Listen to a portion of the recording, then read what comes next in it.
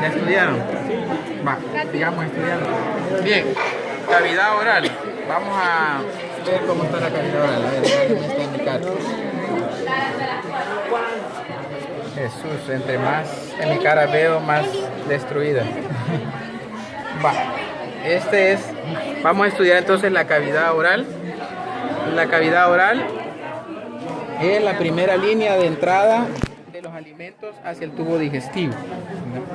Entonces, la cavidad oral se comunica hacia el exterior por un orificio mayor o externo que está en esta parte de acá. Si abrimos la boquita, es un orificio mayor, se llama externo de la boca, orificio mayor externo de la boca, que está delimitado superiormente por el labio superior, inferiormente por el labio inferior y lateralmente por las comisuras labiales, ¿verdad? Comisuras labiales. Y también contiene un agujero inferior. Si ustedes se ponen frente al espejo y abren la boca grande, van a ver el agujero superior externo, que es el de sus labios, y van a ver hacia el fondo otro agujero más pequeño, que es el agujero con que la fosa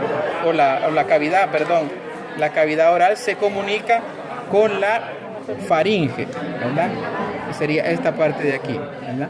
Con la faringe, que está delimitada por arriba por el paladar blando, por debajo por la base o la base de la lengua, ¿verdad? Y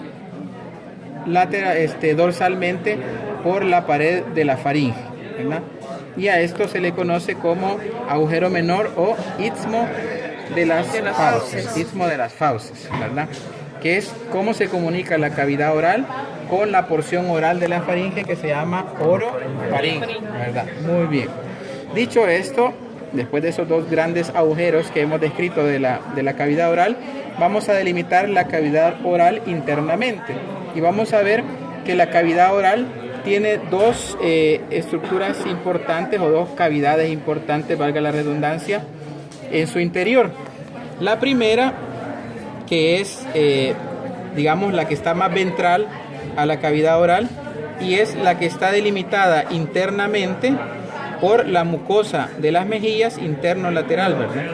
Por la mucosa de las mejillas y más dorsalmente por las encías, las arcadas dentales y las articulaciones alveolodentales, ¿verdad? O articulaciones gonfóticas, ¿verdad? Gonfosis, ¿verdad? Esta. Entonces, eso forma esta pequeña cavidad que tenemos acá, que se llama vestíbulo, ¿verdad? Vestíbulo. El vestíbulo es importante porque ayuda, ¿verdad?, a mantener, digamos, limpia la cavidad oral, ¿verdad?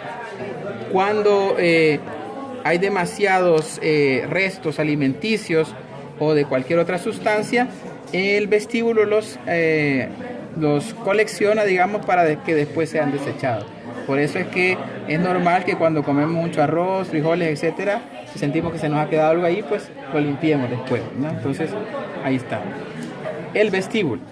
En la parte media del vestíbulo vamos a encontrar, tanto superior como inferior, un pliegue de mucosa, ¿verdad?, que va desde la arcada alveolar hacia la mucosa de la mejilla, por dentro del vestíbulo. Eso se llama pliegues vestibulares, ¿verdad?, superiores o inferiores, ¿verdad?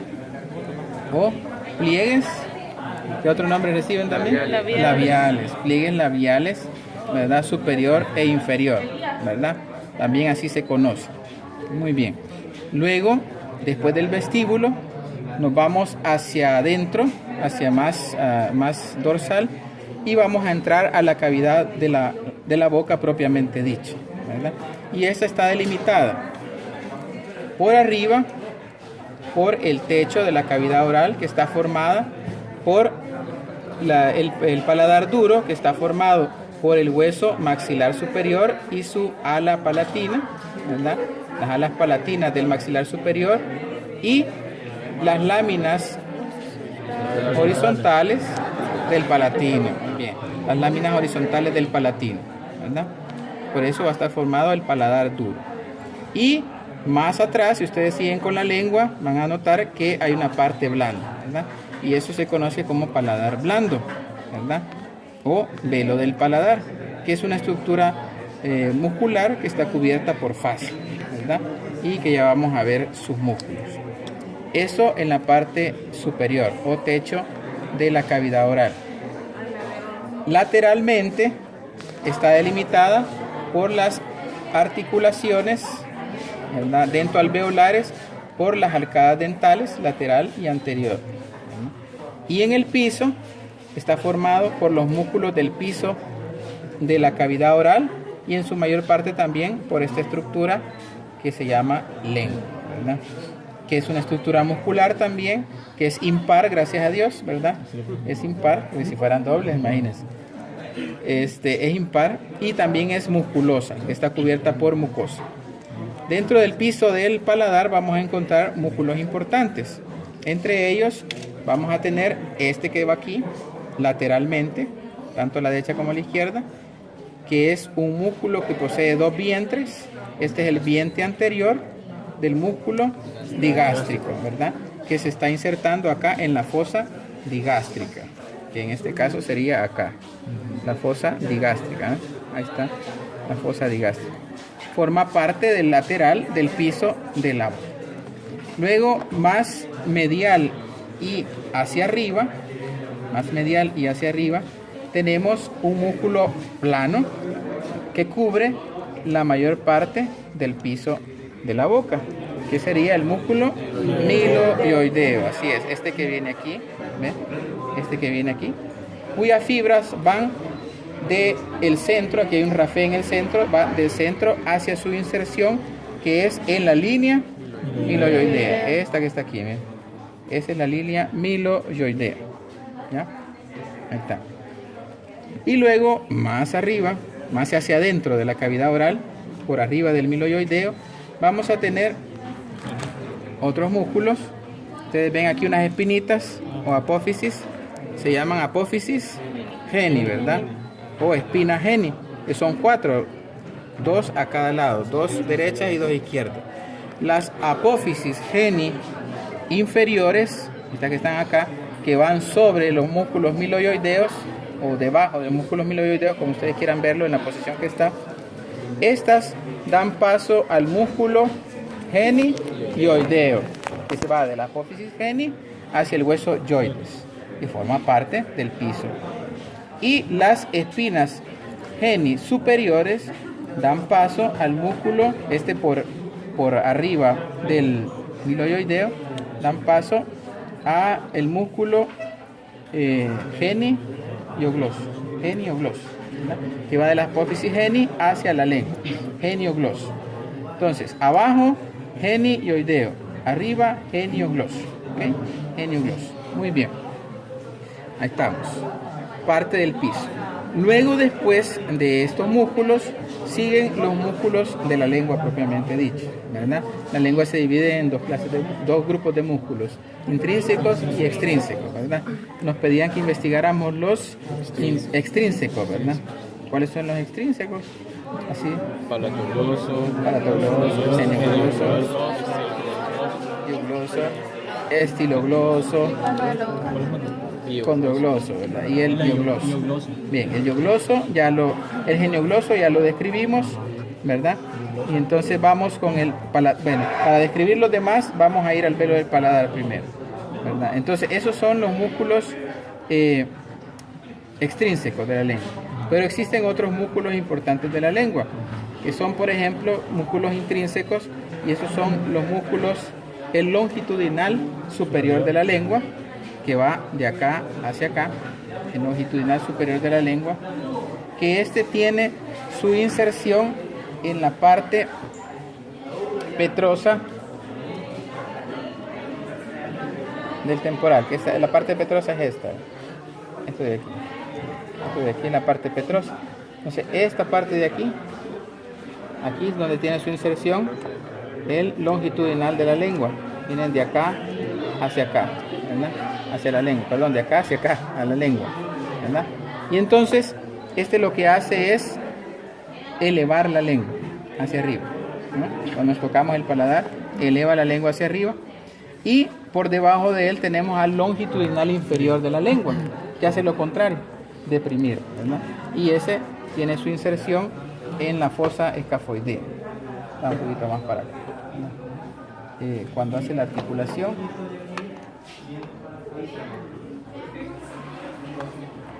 acá.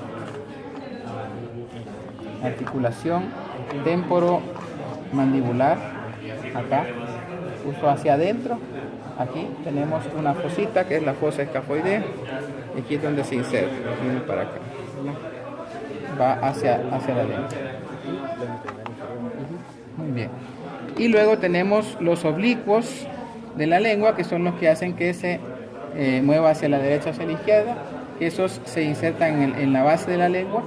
Y los laterales de la lengua también, que son los que deprimen la lengua, ¿verdad? Que también se insertan en la base de la lengua. Eso ayuda a doblarla también. A doblarla, sí, exactamente. A hacer todas las piruetas que hacemos con la lengua, ¿verdad? Muy bien.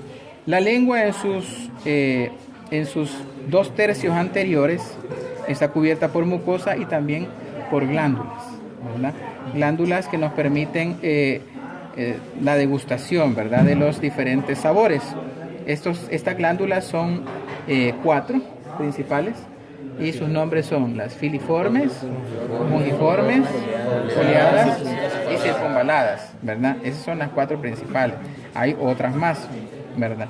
Eso es en los 2/3 anteriores.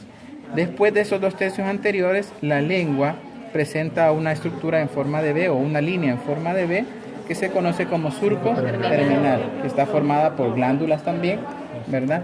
Y que en medio de ese surco terminal existe un agujero, ¿verdad? Es el agujero ciego.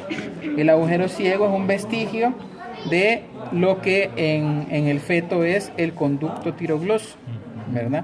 Que es un conducto que une la lengua con tiroides y con la laringe, ¿verdad? Ese normalmente se va cerrando hasta que nosotros nacemos, ¿verdad?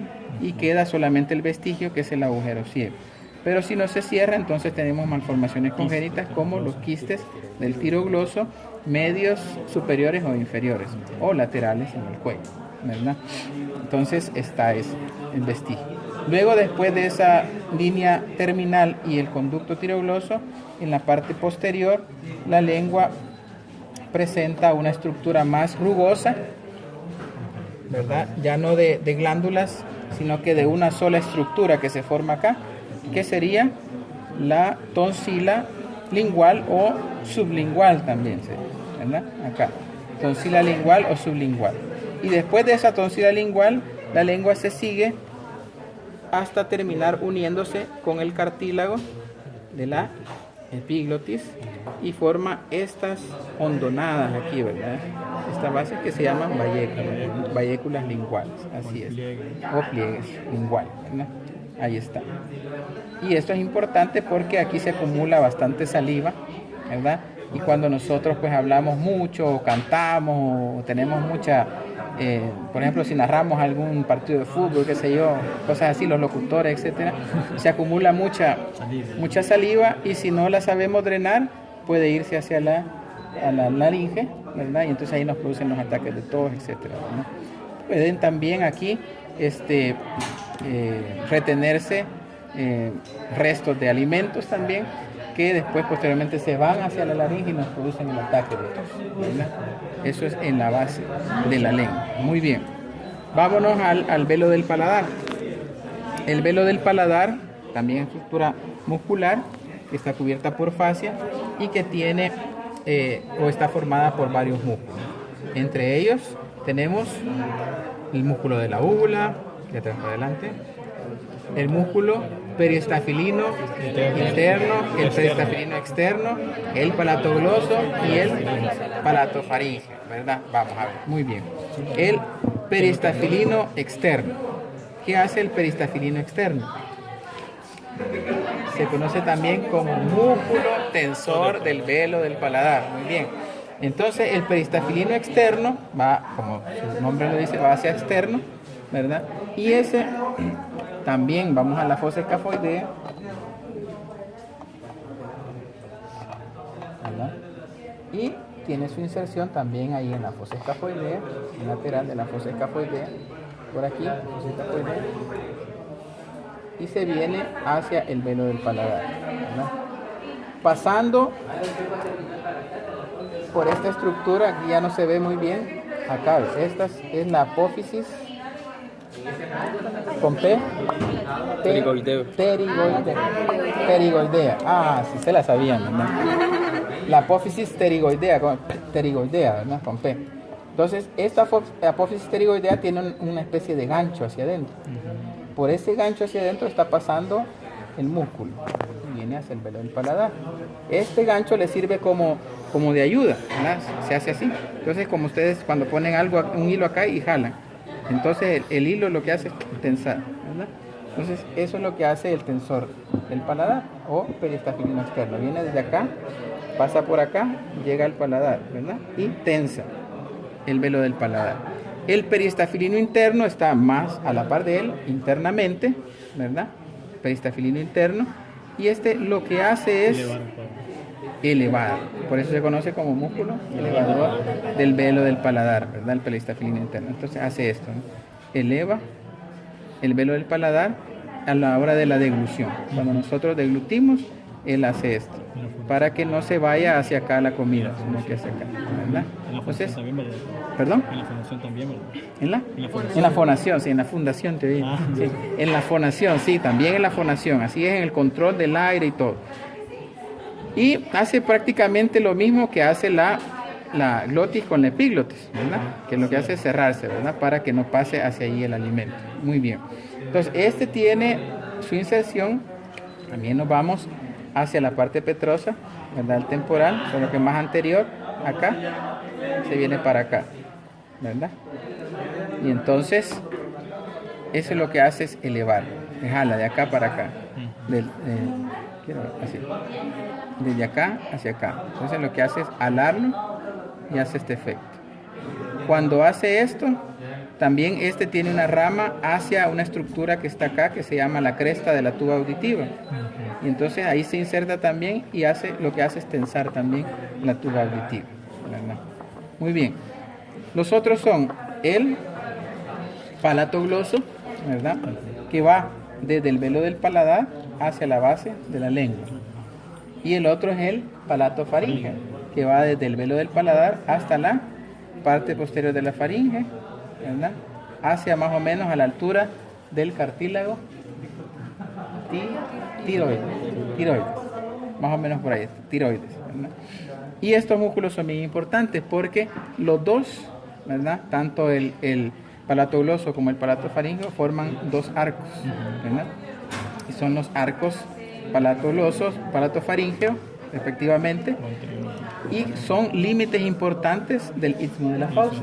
Aparte de eso, entre los dos tenemos una fosa en donde se aloja la tónsila faríngea, ¿verdad? Cuenten cuántas tónsilas llevamos. Llevamos la lingual o sublingual y la faríngea, ¿verdad? La lingual es una sola, pero la faríngea son dos, derecha e izquierda, ¿verdad? Y son las que nosotros comúnmente vemos cuando abrimos la boquita o cuando nos están examinando, ¿verdad? Cuando tenemos una faringitis o algo, ¿verdad? Esas son las que vemos. Son las que más problemas nos dan en el sentido de que son las que más nos protegen, ¿verdad? Por eso se enferman más seguido, ¿verdad? Muy bien. Y son parte de la cavidad, de la parte oral de la faringe, ¿verdad? Muy bien. Eso es en cuanto a la cavidad oral. Otra cosa que falta decirlo es que en la parte media del maxilar, ¿verdad? Tenemos un rafé que sirve de división entre las mucosas laterales del techo de la cavidad oral. Ese rafé lo pueden sentir ustedes con la punta de su lengua. Y si nos vamos hacia anterior o ventral, ¿verdad? Vamos a encontrar un agujero ahí.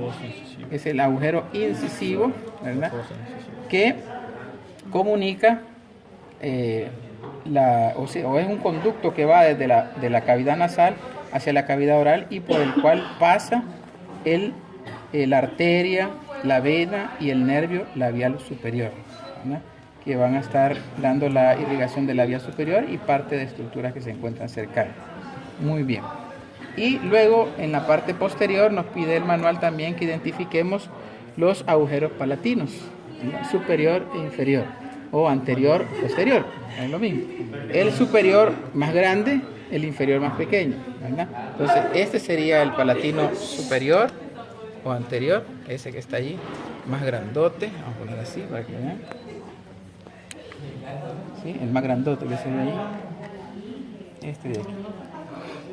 Sí, este. Sí, ese de ahí. Es el palatino superior. Ahí, aquí. Es.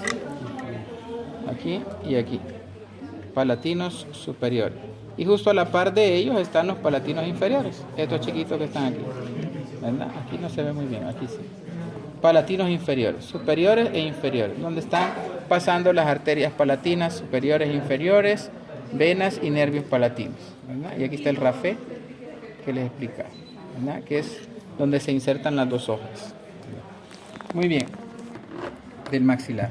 Vamos a la cavidad nasal, rapidito, y vamos a ver que el techo de la cavidad oral es el piso de la cavidad nasal, siempre la sala del maxilar superior, ¿verdad? Vamos a tener un borde óseo del maxilar superior lateral en la salida externa, que después se continúa con cartílago, ¿verdad?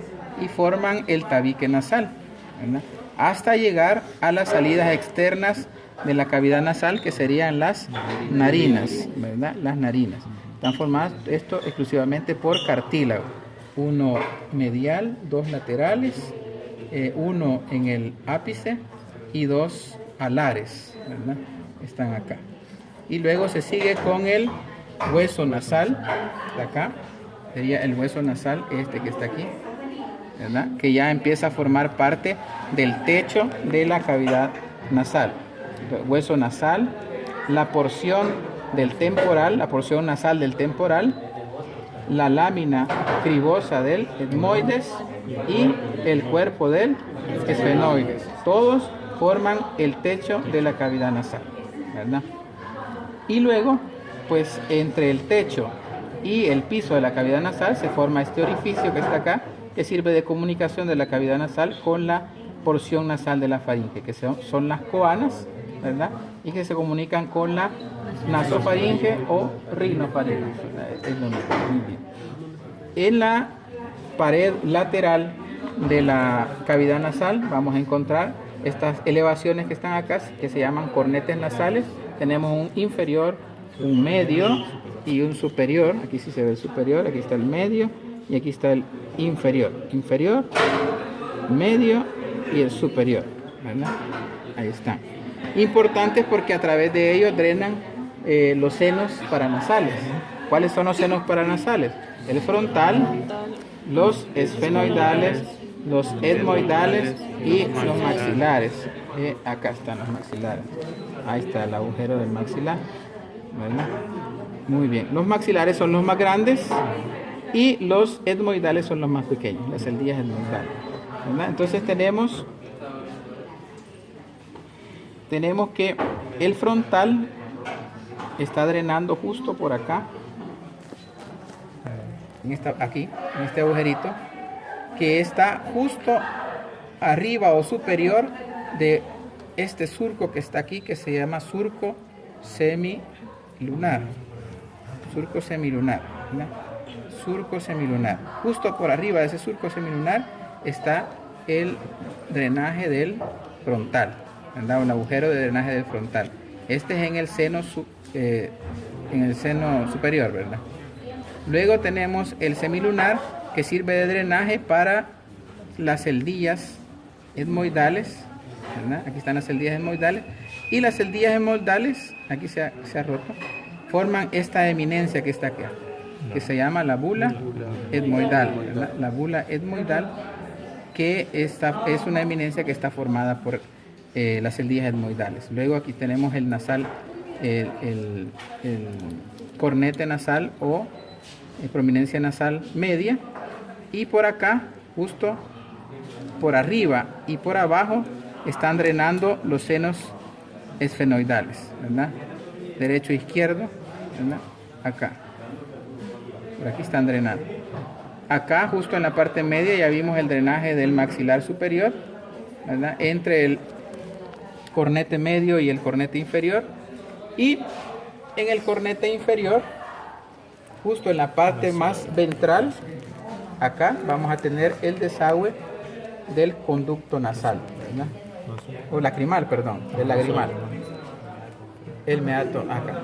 El meato inferior del conducto lagrimal, ¿verdad? Entonces aquí drena el conducto lagrimal, ¿verdad? Entonces por eso es que digo yo que cuando lloramos, pues lo primero que salen son lágrimas, ¿no? Ya después se confunden con los moquitos y ya se hacen viscos, ¿verdad? Pero primero son lágrimas, por eso sale fluido.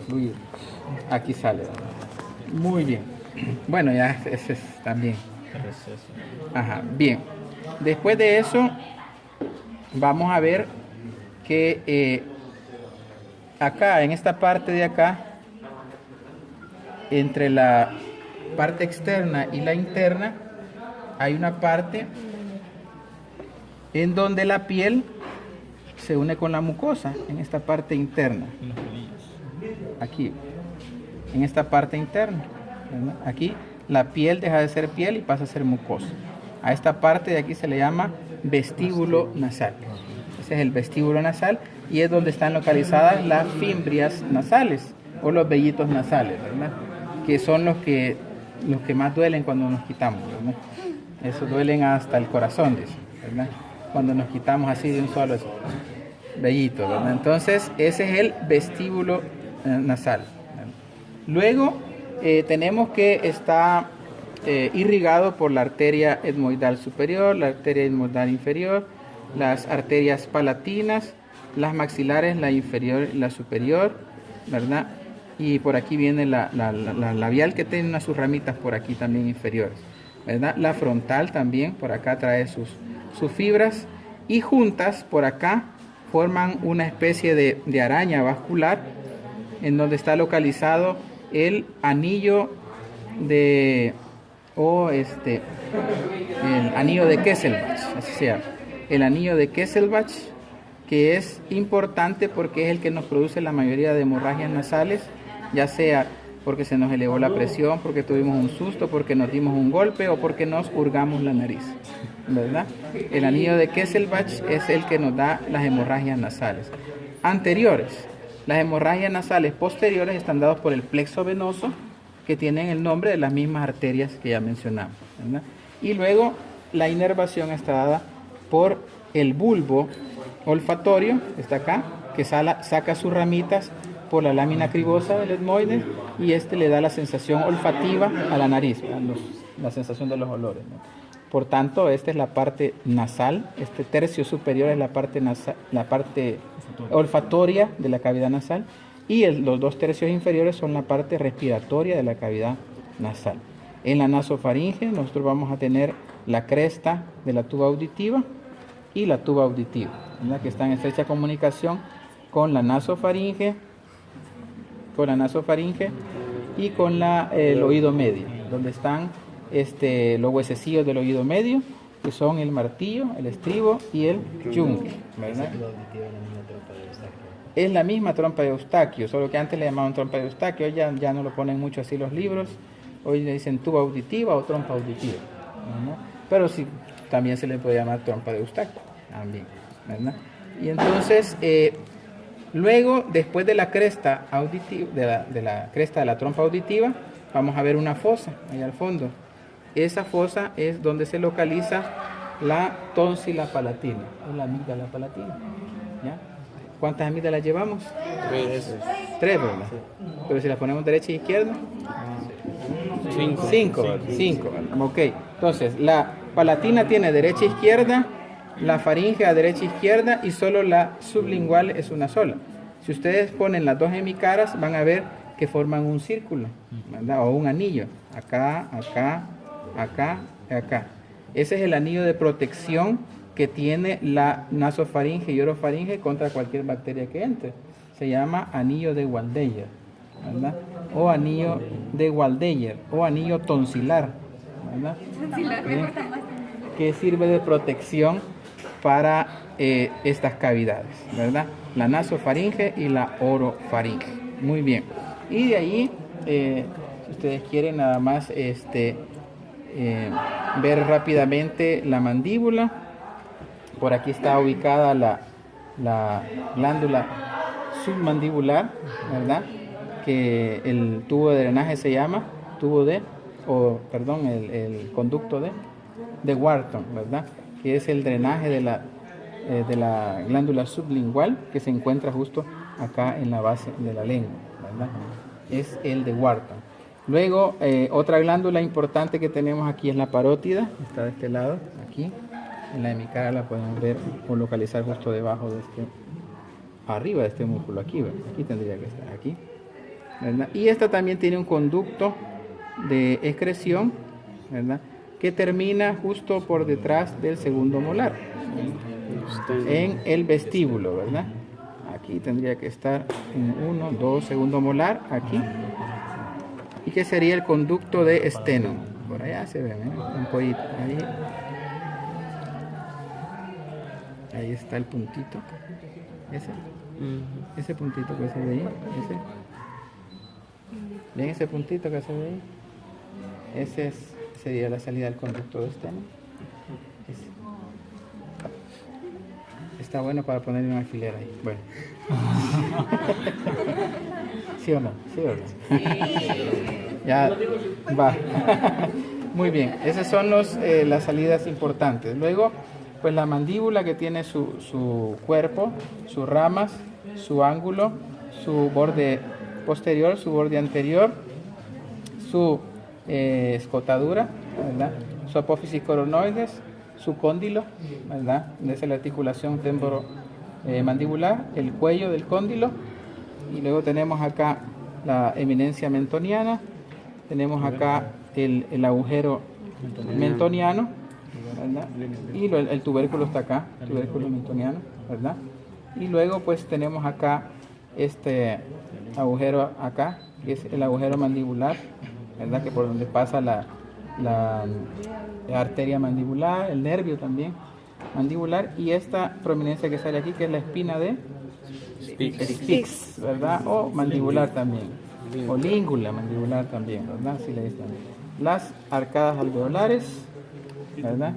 Y los agujeros dentales, ¿verdad? Muy bien. Eso a grandes rasgos. Y bueno, los lugares de inserción también, la línea amiloidea, aquí está la glándula, luego aquí están las apófisis geni, aquí están los digástricos, ¿verdad? Y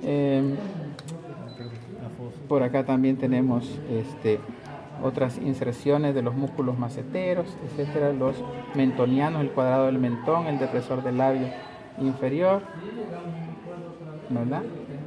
Etcétera. Muy bien, pero esos no nos tocan ahorita. Y nada más, terminando con el cuello, ya nada más, ya vamos a terminar.